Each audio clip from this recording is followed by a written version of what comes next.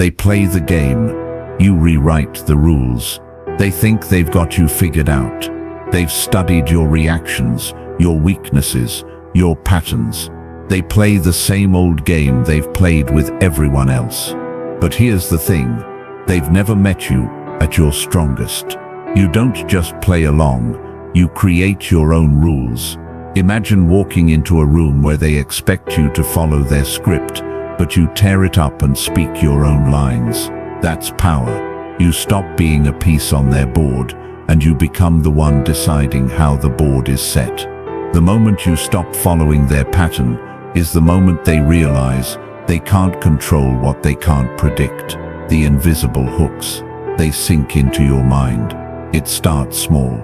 A comment here, a doubt there, a hint of approval when you comply. Before you know it, you're dancing to a tune you never chose.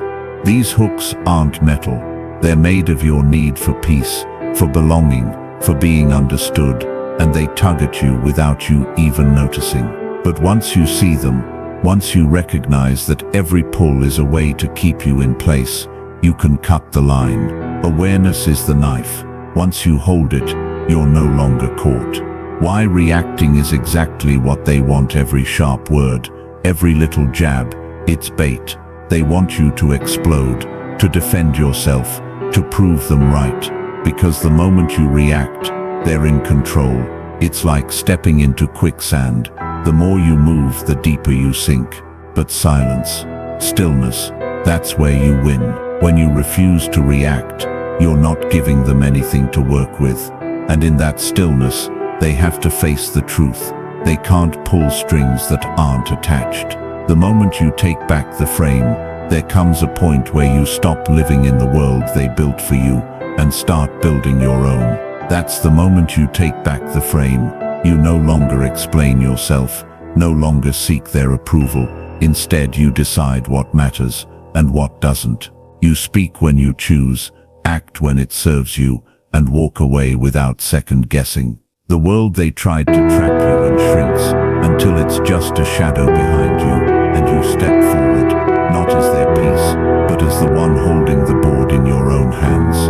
Inside the mind of the master manipulator, a master manipulator is not impulsive, they are calculated. Every word, every glance, every pause is a move in their design. They study people like maps, looking for weaknesses, for unguarded paths into the mind. Their goal is not just to win a moment, it's to build a system where you unknowingly hand over control piece by piece. They test your boundaries with small pushes, then larger ones, measuring how far they can go before you push back. The more you adjust to their behavior, the more they tighten the grip. They thrive on staying hidden in plain sight, making you question your own judgment until you think their version of reality is your own. But the truth is, their power is not magic. It's built on patterns you can learn to see. And once you see it, the spell breaks.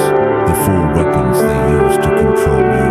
Their first weapon is doubt, making you second guess your choices until you rely on them for direction. Second is guilt, reminding you of past mistakes until you feel you owe them more than you do. Third is fear, planting threats, subtle or direct, so you avoid stepping out of line. And last is charm, using warmth and kindness, like a fishing lure to pull you back in when you start to drift away. These tools aren't random, they are practiced and polished. The danger is not in one attack, but in how these weapons work together, switching from sweet to sharp in a heartbeat. The moment you recognize them as tools, not truth, you take away their power to cut. Why emotional battles are their home turf. They don't want a calm discussion, they want a storm. Chaos is their playground, because emotion clouds your thinking. When you're angry, hurt, or desperate, your guard drops, and your reasoning weakens. That's when they strike, bending the moment to their advantage. It's like playing chess while the board is on fire.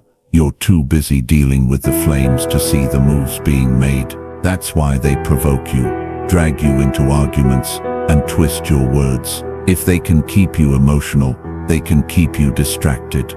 But when you step out of that emotional arena, When you choose clarity over chaos, you turn their strongest weapon into dead air. Stillness, the weapon they can't touch. Stillness is not weakness, it's control. It's choosing not to give them the reaction they're hunting for. When you're still, you become unreadable, and unreadable people are impossible to manipulate. They can shout, they can plead, they can provoke, but if you stay grounded, you give them nothing to work with. Stillness is the pause that lets you see the trap before you step in. It's the space where your thoughts are your own, untouched by their spin. They can try to shake the ground under you, but if your roots are deep, their storm just blows past. Change the game, take the power. The game changes the moment you stop playing on their field. You stop reacting to their bait. Stop defending yourself against every twist of their words. Instead, you shift the focus, set the terms of interaction, limit access, control the pace. You decide when to speak, and when silence says more. You remove the pieces they use against you, one by one, until the board looks nothing like the one they designed. This isn't about winning their game, it's about making it irrelevant. And when their game no longer works, when their tools no longer fit, you don't just survive, you lead. Your emotions are the door. They walk through. They can't force their way in, not without your help. The entry point is always your emotions. Anger, hurt, pride, desperation. These feelings, when unchecked, are open doors. And once inside, they don't just stay for a moment. They rearrange the furniture, change the lighting, make you feel like you're living in their design. That's why they push buttons you didn't even know you had. They'll trigger your need to prove yourself, your fear of being misunderstood, your longing to be seen. But here's the truth, they can only walk through a door you leave open. Close it, and they're stuck outside, knocking with nothing to grab onto. The Stoic truth, your mind is your fortress. The ancient Stoics knew something most people overlook today. Your mind is the one place no one can touch, unless you let them. Your thoughts are your walls, your reason is your gate, and you decide who enters. They can throw insults, spread lies, twist your words, but they can't step inside unless you hand them the keys. This is why self-control isn't weakness, it's strength in its purest form. You may not control what they do, but you control how you think about it. And when your mind stands tall and unshaken, every attack hits stone and falls away. The pause that shifts the entire battle. A pause is more than silence. It's the moment you reclaim the fight. In that split second, you stop letting their words decide your reaction. You let your heartbeat settle. You think clearly, and you see the trap for what it is. A pause can turn an insult into nothing, a provocation into a failed attempt. It's like stepping back from a burning building. You can see the flames without running into them. And in that space, you're no longer playing their game. You're making your own rules. Tactical breathing, your instant armor. Your body is your first ally in staying in control. Tactical breathing isn't fancy, it's simple, but it's powerful. Inhale slowly, count to 4, hold for 4, exhale for 4, hold again for 4. It tells your brain you're safe, even when someone's trying to drag you into chaos. It lowers your heart rate, clears your head, and stops your words from spilling out before you're ready. When you use it in the middle of a heated moment, it's like putting on invisible armor. They can throw every dart they want, but nothing gets through. No reaction, no fuel, no victory. A fire without fuel burns out, and manipulative people feed on your reaction. Anger, fear, defensiveness. That's the oxygen that keeps their fire alive. When you give them nothing, the flames die on their own. You don't need to win an argument. You just stop giving it life. This doesn't mean you're weak or passive. It means you're in charge of where your energy goes. And when you choose silence, when you choose calm, they're left with nothing but their own empty sparks. In the end, no fuel means no victory. At least not for them. What the frame really means in any interaction. The frame is the invisible set of rules that shapes how a conversation or situation plays out. Whoever controls the frame decides what matters. control it. You're reacting to their version of the story. They can twist words, change the focus, and make you defend things you never needed to defend. But when you control the frame, you decide what the topic is, how it's approached, and when it ends. The person with the frame sets the tone, and that's why it's the most powerful position in any exchange. The subtle ways they drag you into their story.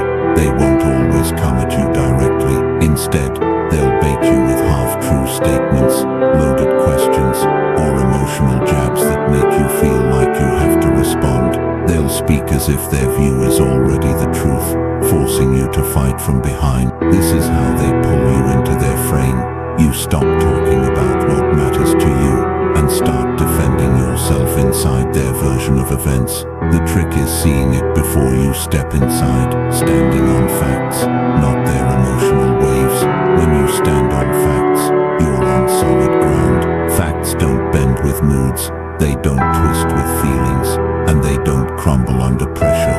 Manipulators rely on emotional waves, highs and lows that throw you off balance. If you ride those waves, you're moving wherever they push you.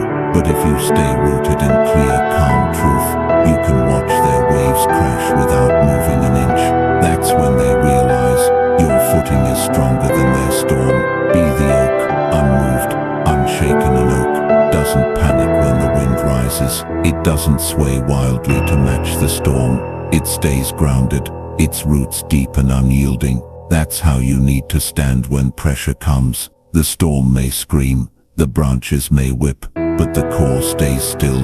This is the image you carry into every challenge, strong, steady, and untouchable. When you stand like the oak, the storm eventually passes, and you're still there. Real-world dialogue, how frame control sounds. They say, "You're overreacting." You reply, "I'm calm, and I'll speak when I'm ready." They say, "If you really cared, you'd reply, I decide what caring looks like for me." They say, "Everyone agrees with me." You reply, "That's their choice, mine is different." Notice the pattern. You don't rush to defend yourself. You don't step into their frame. You state your ground and hold it. That's frame control. It's not about speaking louder. It's about speaking from a place they can't shake. Why silence unnerves the manipulator? Silence is not empty, it's loaded. When you stay quiet, you remove their ability to read you. They can't tell if you're hurt, angry, or unaffected. That uncertainty forces them into the one position they hate most, guessing.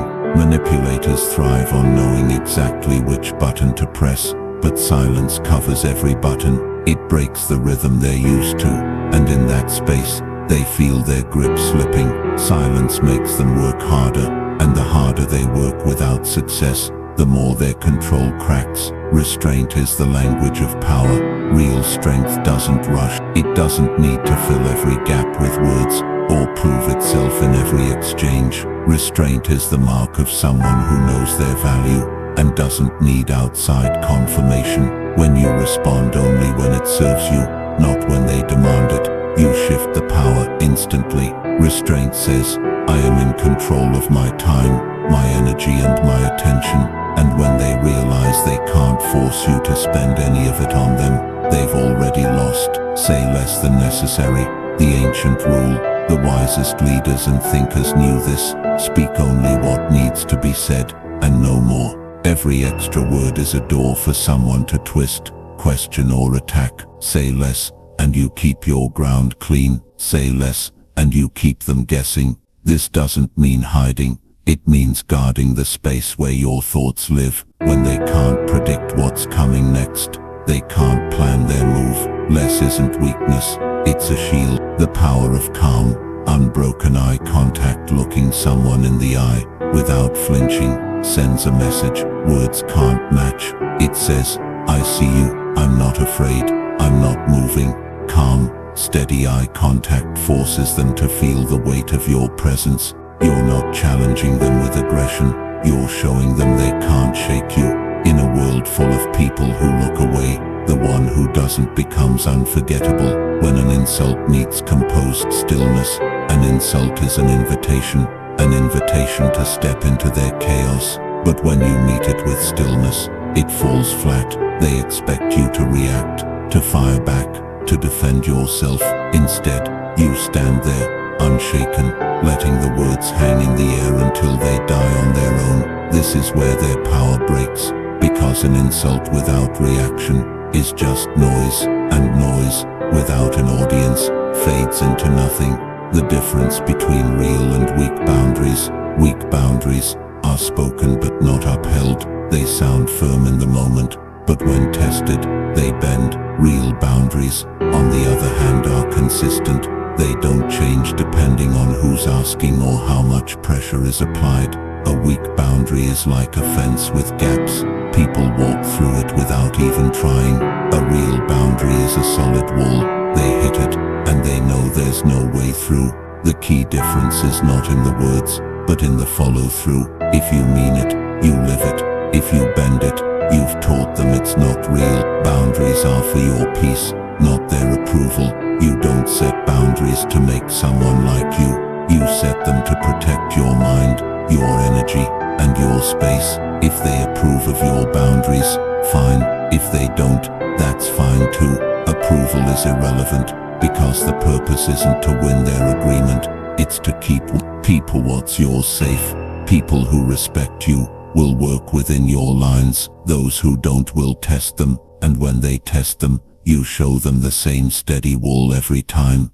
How to state your mind without raising your voice. Boundaries don't need volume to be strong. You don't have to yell, argue, or explain yourself for 10 minutes. A calm, steady voice carries more weight than shouting ever will. When you state your line without emotion, you show you're not negotiating, you're informing. This keeps you in control and removes the drama they may be hoping for. The strength is in the clarity, not in the noise. This is my line, you don't cross it, ever. Those words are more than a statement, they're a declaration of self-respect. When you say them with calm certainty, you're sending a message that doesn't fade. You're not asking for permission, you're laying down reality. This isn't about confrontation, it's about clarity. And when they hear it, they know there's no point in pushing further. The firmness in your tone tells them exactly what will happen if they try, enforcing consequences without flinching. A boundary without consequences is just a suggestion. If someone crosses your line and nothing happens, you've told them the line isn't real. Enforcing consequences doesn't mean being cruel. It means following through on what you've already made clear. If you said you'd walk away, walk away. If you said access would be cut off, cut it off.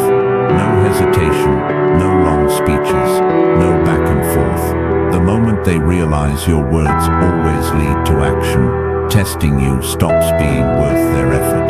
Detachment is not coldness, it's self-preservation. People often confuse detachment with a lack of care. But detachment isn't about feeling nothing. It's about not letting someone else's chaos live inside you. It's choosing distance when closeness means damage. Detachment keeps you clear-headed when emotions threaten to pull you under. It's the mental space that allows you to think, choose, and act from strength instead of reaction. You can care about someone and still refuse to let them pull you into harm. That's not cold, it's survival with dignity intact. How Stoics train the mind to step back. The Stoics practiced something simple but powerful. They stepped back from the moment. When insulted, they paused before responding. When challenged, they asked, "Is this worth my peace?" They trained themselves to see events as they were, not as their emotions painted them. By creating that mental distance, they avoided being swept into other people's storms. It wasn't about running away. It was about choosing the higher ground where the view is clearer. You are the mountain above their storm.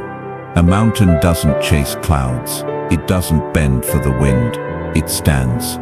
Storms rage at its peak. Lightning strikes its slopes. But the mountain remains. That's what you must become. a steady presence that doesn't shift because of someone else's weather. Let their anger pass like wind. Let their drama roll away like rain. When they look up and see you unmoved, they know nothing they do can change where you stand. Reframe every attack as a reflection of them. When someone lashes out, it's more about what's inside them than what's inside you.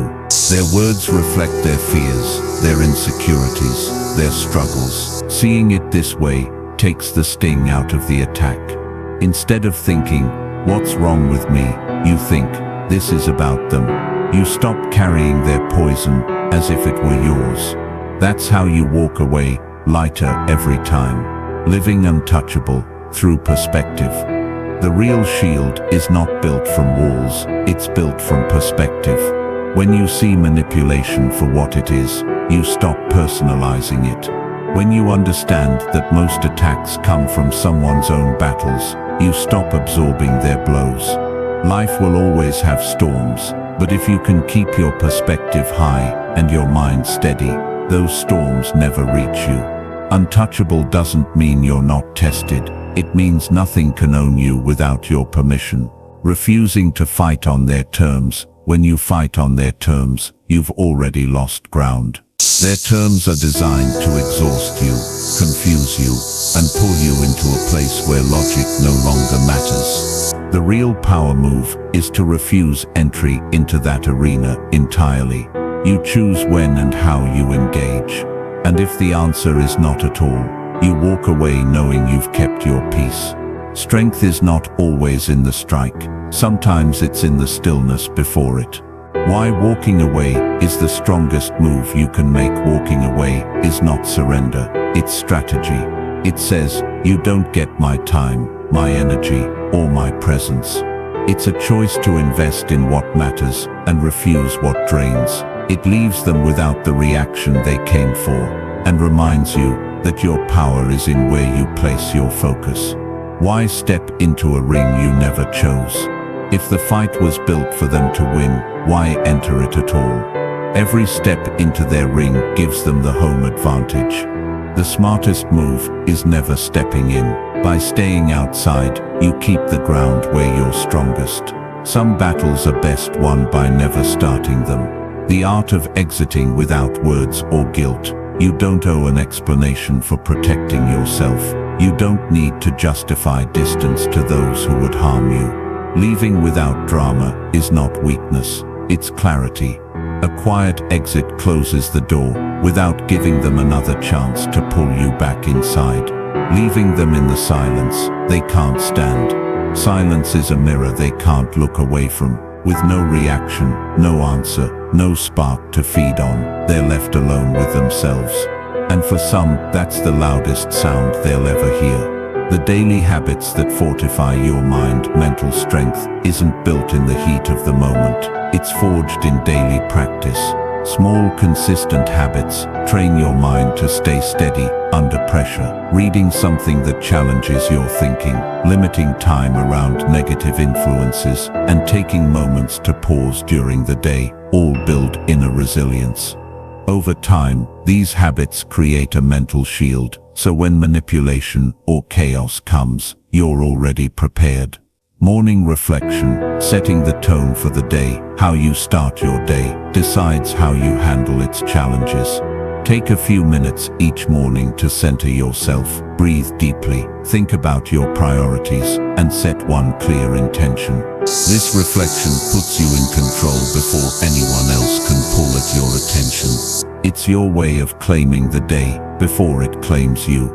Journaling to master your emotional reactions. Writing down your thoughts helps you see patterns you might miss in the moment. By recording situations and your responses, you can spot triggers and plan better reactions. Journaling isn't just venting, it's training. It allows you to process emotions privately, so when the real tests come, you're sharper and calmer. Training through voluntary discomfort. Strength grows when you step into challenges by choice. Take cold showers, push yourself in workouts, or practice patience in frustrating situations. These small acts of voluntary discomfort teach your mind to stay composed when life throws bigger tests your way. If you can handle the hard things you choose, you can handle the hard things you don't. Strong, calm, untouchable. Your daily armor. Repeat it to yourself until it's more than words. It's who you are. Strong means your roots run deep. Calm means you don't let the storm decide your moves. Untouchable means no one's chaos takes your peace. Wear these three like armor every day and watch how the world changes when you walk into it. 10 rules in 10 lines. Your new code. Control your frame or they will never react on their cue. Protect your peace above all else. Speak less than necessary. Stand on facts, not feelings. Set boundaries once and keep them. Walk away without warning or guilt. Train your mind daily. Let silence do the heavy lifting. Live for your values, not their approval. This code is not theory, it's survival. Follow it, and no manipulator can touch the ground you stand on. Be the oak in the middle of the storm. The wind will howl, the rain will come, voices will rise against you. But like the oak, your roots hold you steady. You don't sway to match the storm. You make the storm go around you. No reaction, no fear, no control. Every reaction feeds them.